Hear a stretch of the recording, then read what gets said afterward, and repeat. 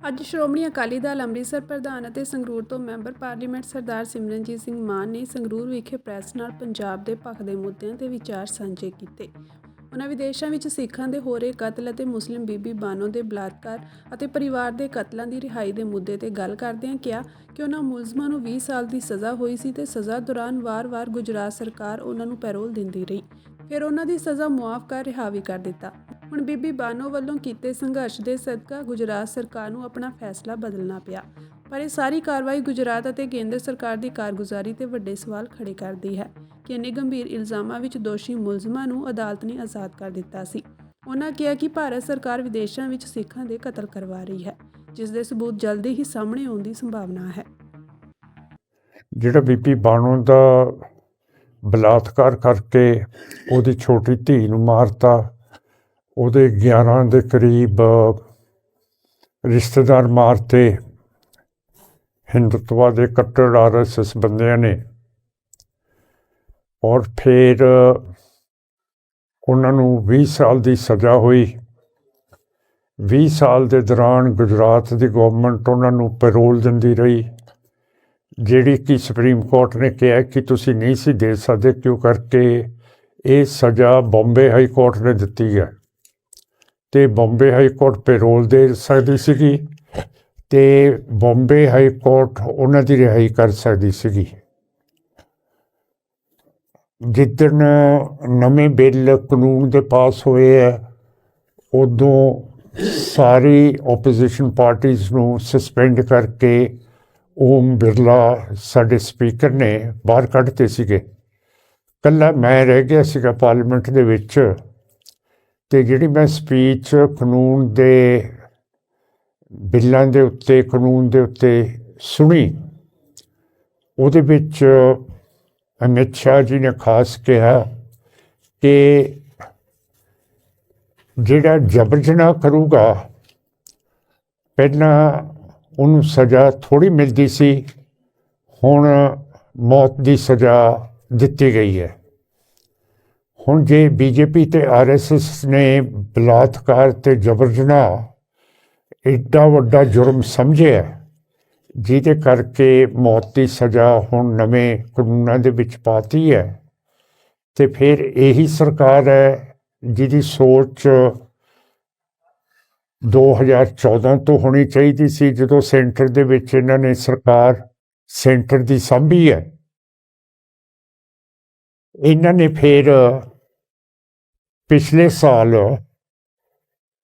2023 ਨੂੰ 15 ਅਗਸਤ ਜਿਹੜਾ ਆਜ਼ਾਦੀ ਦਾ ਦਿਨ ਹੈ, ਉਸ ਦਿਨ ਇਹ ਦੋਸ਼ੀਆਂ ਨੂੰ ਜੇਲ੍ਹ ਦੇ ਵਿੱਚੋਂ ਰਿਹਾ ਕਰਤਾ, ਸਾਰੇ ਜਿਹੜੇ ਬੀਬੀ ਬਾਨੋ ਦੇ ਕਾਤਲ ਸੀ, ਜਿਨ੍ਹਾਂ ਨੇ ਜਬਰ ਜਨਾਹ ਕੀਤੀ ਸੀ। ਅਤੇ 15 ਅਗਸਤ ਆਜ਼ਾਦੀ ਦਾ ਦਿਨ ਹੈ। ਇਹਦਾ ਮਤਲਬ ਹੈ ਕਿ ਲੋਕਾਂ ਨੂੰ ਦਿਖਾਇਆ ਕਿ BJP RSS ਦੇ ਵਿੱਚ ਕਿੰਨੀ ਤਾਕਤ ਹੈ ਕਿ ਅਸੀਂ 15 ਅਗਸਤ ਆਜ਼ਾਦੀ ਵਾਲੇ ਦਿਨ ਇਹ ਬਦਮਾਸ਼ਾਂ ਨੂੰ ਵੀ ਆਜ਼ਾਦ ਕਰਾ ਰਹੇ ਹਾਂ।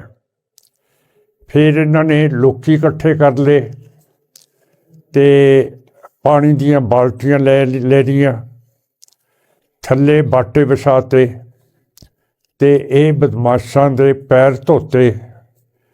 ਫਿਰ ਲੋਕਾਂ ਨੇ ਚਰਨ ਧੂਲ ਪੀਤੀ ਇਹਨਾਂ ਦੀ, ਹਿੰਦੂਤਵਾ ਦੇ ਲੋਕਾਂ ਨੇ, BJP RSS ਨੇ।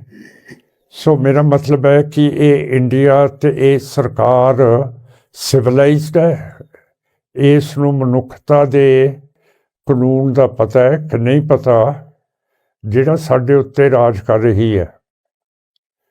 ਫਿਰ ਤੁਹਾਨੂੰ ਪਤਾ ਹੈਗਾ ਕਿ ਇਹ ਕੈਨੇਡਾ ਦੇ ਵਿੱਚ ਨਿੱਜਰ ਸਾਹਿਬ ਨੂੰ ਮਾਰਤਾ, ਫਿਰ ਰਿਪੁਦਮਨ ਸਿੰਘ ਨੂੰ ਮਾਰਤਾ, ਮਲਕ ਨੂੰ, ਫਿਰ ਸੁਖਦੂਨ ਸਿੰਘ ਨੂੰ ਕੈਨੇਡਾ ਦੇ ਵਿੱਚ 3 ਇੰਟੈਲੀਜੈਂਸ ਏਜੰਸੀਆਂ ਦੇ ਸਿੱਖ ਉੱਥੇ ਮਰਵਾਤੇ।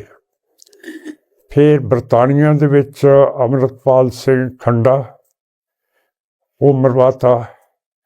ਪਾਕਿਸਤਾਨ ਦੇ ਵਿੱਚ ਪਰਮਜੀਤ ਸਿੰਘ ਪੰਜਵੜ ਮਰਵਾਤਾ, ਰੋਡੇ ਮਰਵਾਤੇ।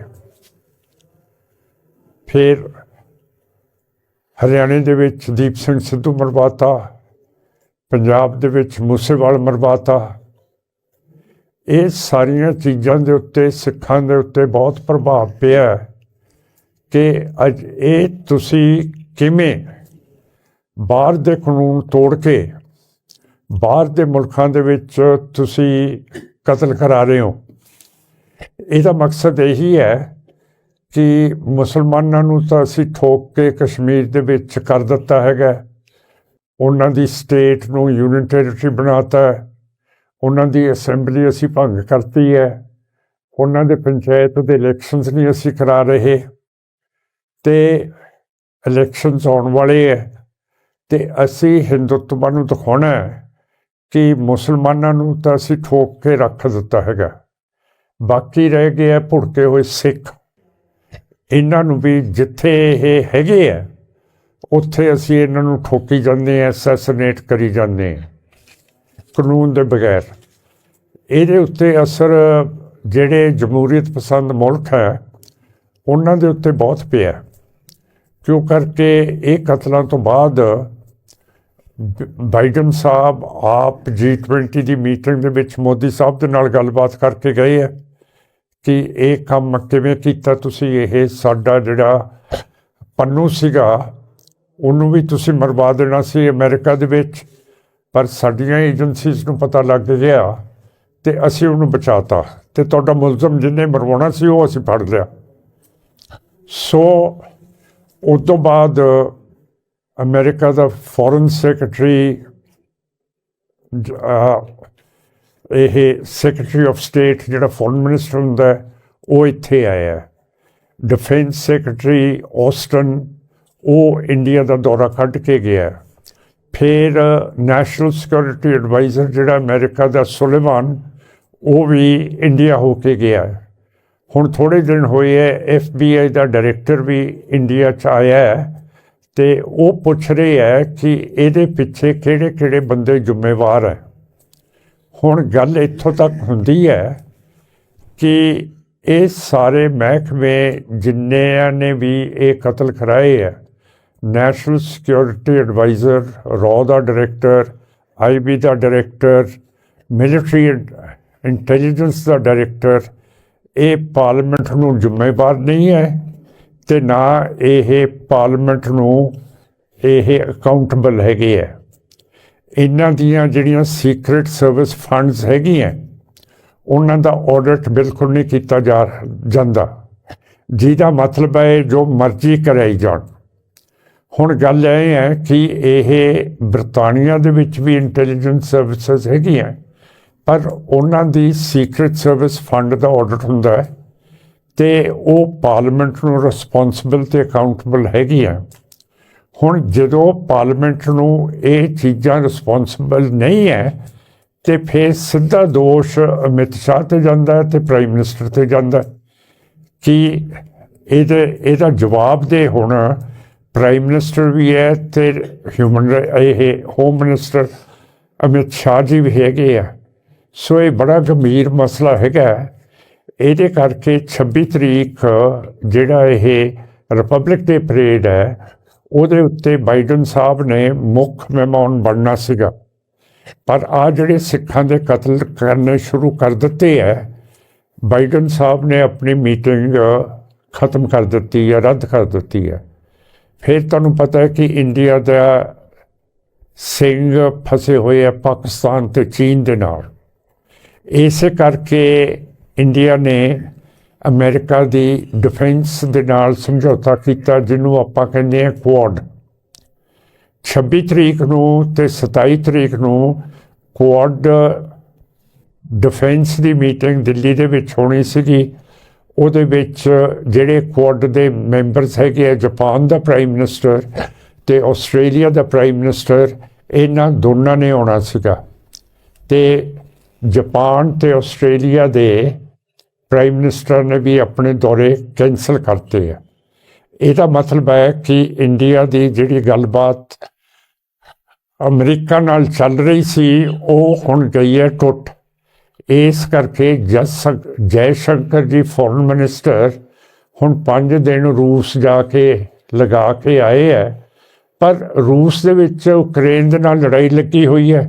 ਰੂਸ ਇੰਡੀਆ ਨੂੰ ਕੀ ਦੇ ਸਕਦਾ ਹੈਗਾ, ਤੇ ਨਾਲੇ ਰੂਸ ਤੇ ਚੀਨ ਦੀ ਦੋਸਤੀ ਬੜੀ ਹੈ।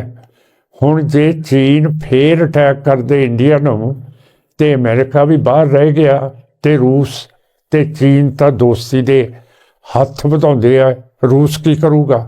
ਸੋ ਮੇਰਾ ਮਤਲਬ ਇਹ ਸਾਰੀ ਚੀਜ਼ ਬਹੁਤ ਗੰਭੀਰ ਬਣੀ ਪਈ ਹੈ ਕਿ ਹਿੰਦੂਤਵਾ ਨੂੰ ਦਿਖਾਉਣ ਦੇ ਲਈ ਮੁਸਲਮਾਨਾਂ ਨੂੰ ਅਸੀਂ ਕਰਤਾ ਠੀਕ, ਹੁਣ ਅਸੀਂ ਦੂਜੇ ਸਿੱਖ ਜਿਹੜੇ ਚੰਬਲੇ ਹੋਏ ਆ ਉਹਨਾਂ ਨੂੰ ਵੀ ਅਸੀਂ ਬਾਹਰ ਦੇ ਮੁਲਕਾਂ ਦੇ ਵਿੱਚ ਨਹੀਂ ਛੱਡ ਰਹੇ। ਮਾਨ ਸਾਹਿਬ, ਜੇ 2024 ਦੀ ਇਲੈਕਸ਼ਨ ਦੀ ਗੱਲ ਕਰੀਏ ਤਾਂ ਮੈਂ ਉਹੀ ਤਾਂ ਗੱਲ ਕਰ ਰਿਹਾ ਕਿ ਹੁਣ ਇਹ ਸਾਰੀ ਤਿਆਰੀ 2024 ਦੇ ਇਲੈਕਸ਼ਨਾਂ ਦੀ ਸੀ ਕਿ ਹਿੰਦੂਤਵਾ ਦੇ ਲੋਕ ਦੱਬ ਕੇ ਸਾਨੂੰ ਵੋਟਾਂ ਪਾਉਣਗੇ, ਜਿਵੇਂ ਅਸੀਂ ਬਾਲਾਕੋਟ ਦੇ ਵਿੱਚ ਸਟ੍ਰਾਈਕ ਕੀਤੀ ਸੀ ਪਾਕਿਸਤਾਨ ਦੇ ਵਿੱਚ, ਤੇ 2019 ਦੇ ਤਕੜੇ ਹੋ ਕੇ ਅਸੀਂ ਵੋਟਾਂ ਲਈਆਂ ਸੀਗੀਆਂ।